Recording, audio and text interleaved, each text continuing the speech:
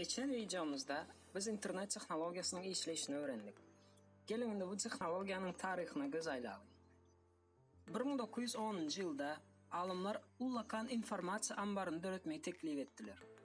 Brüssel şehrindeki Mundanium projekti ya da Ilimlar şehri 15 milyondan gorak faylları, suratları, gazetleri toplamaya başardı.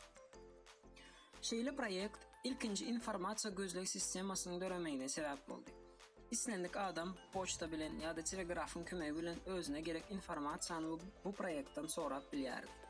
20. asırın ortalarında kompüterler peyda olup başladı. Bu bilen birlikte Ilimlar şehrini kompüterler bilen biriktirmek fikri döredi. Amerikan alimi Joseph Licklider galaktik torunu oylap taplar. Şeyle galaktik torda kompüterler bir bilen biriktirirler ve umum informasiyanı yattasa koyarlar. Bu internetin ilkinci konsepsiyasıdır. Bu fikir Amerikan Birleşmiş Ştatlarındaki ARPA kampanyasının göğünden turdu. Şeylelikte 1961 yılda Licklider'e kompüterleri biriktiren tor öğretmeyi tavşırdılar. İlkinci torlarda ikinci esas kompüter ve ona biriktirilen bir neçe kompüterler göz önünde tutulan. ARPA kampanyasının alimi Paul Barron garaşsız işleyen tor öğretmeyi teklif etti. Yani her bir kompüter ayrıtınlıkta tora biriktirilir ve onların hayslar bir hatardan çıksa hem galan kompüterler öz işini to'xtatmalı değil. Neticede bu fikir ARPANET ulgamının döremeyine sebep oldu. 1969 yılda Kaliforniya Üniversitesi'nin alimleri bir kompüterden başka bir kompütere kabelin kömeğiyle informasyonu uğratmaya başardılar. Bir aydan sonra bu tora Stanford Üniversitesi hem koşuldu. Hersi türlü üniversitelerde yerleşen kompüterlerin arasında döredilen torun kömeği bilen ilkinci söz uğradıldı. Yani login sözü. İlki bilen bar yoğu 3 harf uğradıldı. Log ve tor hatardan çıktı. Yöne alimler tiz vakitte torun kemçiliğini tapmaya başardılar ve 1969 yılın 29. oktyabri internetin doğulan günü deyip bizim yadımızda kaldı. 1971 yılda hat alış etmek için ilkinci elektron poçtalar ve hemmemizin bilen at belgeceğimiz peyda oldu. Ya da başkaça gücücek deyip tanılayan belge. ARPANET ulgamına biriktirilen kompüterlerin sanı gün-günden köpelip başladı. Tor eğen bütün dünya derecesinde yayradılıp başlandı. Yöne şol dövrlerde her kompüterin özünün işleyiş texnologiyası vardı ve gönüden dürlü algoritmlarda işleyen kompüterlere informasiyanı uğratmak mümkün değildi. Dürlü kompüterler için ve dürlü algoritmlar için umumi dil, informasiyanı uğratmak ve kabul etmek için umumi protokol öğretmek zarurluğu yüze çıktı. Neticede şeyle protokol hem öğrettiler. O TCP/IP deyip adlandırılıyor ve hazırki gün hem kullanılıyor.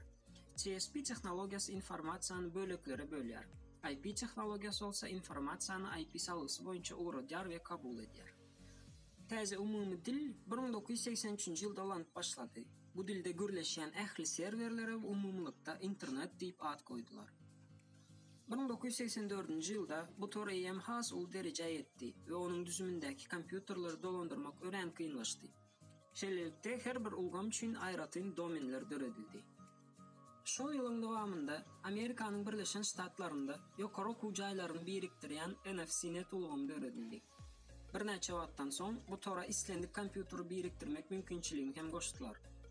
Neticede bir yılın devamında bu tor eğem özüne 10.000 kompüteri biriktirdi ve ARPANET torunu ozup geçmeyi başardı.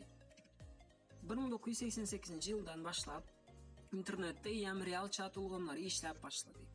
İnternet torunu olsa ilkinci virüs yani Morris'in gurçuğu basıp başladı. Bu virüs internette biriktirilen kompüterlerin 10 götürümünü hatardan çıkardı. Virüsü döreden programist olsa sudda ayıpladılar ve o kompüter ulgamını ziyanlı taraftan ullanan ilkinci adam hükmünde yadımızda kaldı. İnternet 1989 yılda World Wide Web yani WWW ulgamının öğretmeyi bilen baştan ayak ütkedi. Bu ulgamın esasında hypertext düşüncesi öğretildi. Hypertextların kömeği bilen bir sahipadan belki bir sahipa onun salgısının kömeği bilen geçmek mümkün oldu. Neticede informasiyanı gözlemek tizleşti ve ansatlaştı. 1990 yılların başlarında SSR'da hem ilkinci tor döredildi. Təzə döredilen WWW ulgamı öğren tizlik bilen ösüp başladı. Grafik suratlary göni tekstin arasında açyan ilkinji Mosaic browsery döredildi. Bu browser döremezinin grafik suratlary aýratyn penjerede açmaly bolýardy. Şeýlelikde internet ulgamynda hem öz boluşly biznes dörep başlady. 1994-nji ýylda O'Reilly kompaniýasy ilkinji husus sayt döretdi we ol ýerde ilkinji internet reklamalaryny ýerleşdirip başlady. Ondan sonra ilkinji spam ulgamlary hem dörep başlady. Muňa seretmezden internetde pul gazanmak üçin däl-de adamzada peýda getirmek üçin ulanjak adamlar hem tapyldy. Şeýle adamlaryň biri Tim Berners-Lee. Web tehnologiýasynyň atasy hasaplanýan Niderland alymy bütün dünýä web konsorsiumuny döretdi we internet tehnologiýalarynyň ýörüte standartlaryny ýazyp başlady. Bu standartizasiýa internetde islendik algoritmde işleýän, islendik kompýuterde ulanyp bolar ýaly mümkinçilik döretdi. 1995-nji ýylda Amerikanyň Birleşen Ştatlary internet ulgamyny hususlaşdyrdy ve bu ulgamy dolandyrmagy ýörüte provider kompaniýalaryna tapşyrdy. Sebäbi döwlet eýem ösüp barýan internet ulgamyny dolandyryp ýetişmeýärdi. Eýem internet torundan 45 milyon adam peýdalanýardy. Online dükanlar peýda bolup başlady. İlkinjileriň hatarynda Amazon kompaniýasy peýda boldy we internet torunyň kömegi bilen kitap sowdasyna başlady. Netijede Amazon 6 aýyň dowamında 1 milyon Amerikan dollaryny gazanmagy başardy. Bir näçe wagtdan soň adamlar internetden diňe iş ýerlerinde we öýde däl-de köçede hem peýdalanmagy islediler. Şeýlelikde mobil internetini döretmeň ilkinji synanyşyklary başlady.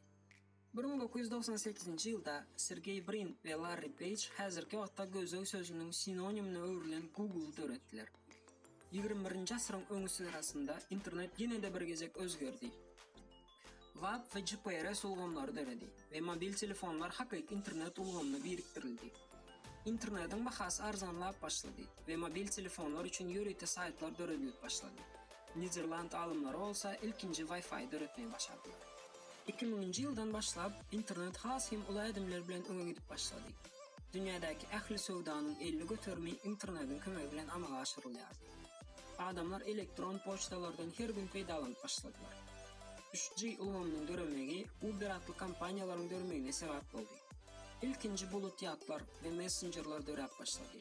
Bu wagtda dören iň esas saytlaryň biri diýip Wikipediýany mysal getirmek bolar. 2004-nji ýylda Web 2.0 erasy başlandy. Hemme zat aňsatlaşdy we ýan köp saytlar peýda boldy. Ondan başga-da 2004-nji ýylda Mark Zuckerberg ilki başta talyplar üçin niýetlenen ilkinji sosial ulgam bolup, soňra bütün dünýä sosial ulgamyna öwrilen Facebook döretdi. Bari 6 aýyň dowamında Facebook milyon ulanyjyny birleşdirdi. Ýyldan ýyla dürli täze tehnologiýalar we saytlar döredi. Video hosting YouTube, mikrohatly Twitter, rus sosial ulgamlary VKontakte we Odnoklassniki we elbetde hemmemiziň tanaýan Instagramymyz. Häzirki döwürde internet ulgamyny aýratyn dünýä diýip hasap etsek ýalňyşmarys. Yer şarynyň 54 göterimi illaty internetden peýdalanýar. Bilim almak, gürleşmek, sowda etmek, televizion gepleşikler bularyň ählisi hem internet ulgamyna göçdi.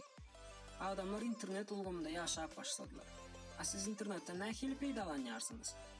Wagtyňyzy diňe internetde geçirýäňizmi? Ýa-da internetden diňe gerek wagt peýdalanýaňyzmy? Tesirde hökmän bu barada ýazyn. Haladym dömejine basmagy, kanalymyza agza bolmagy, Instagram we VKontakte ulgamlaryndaky sahypalarymyza goşulmagy hem ýatdan çykarmagy.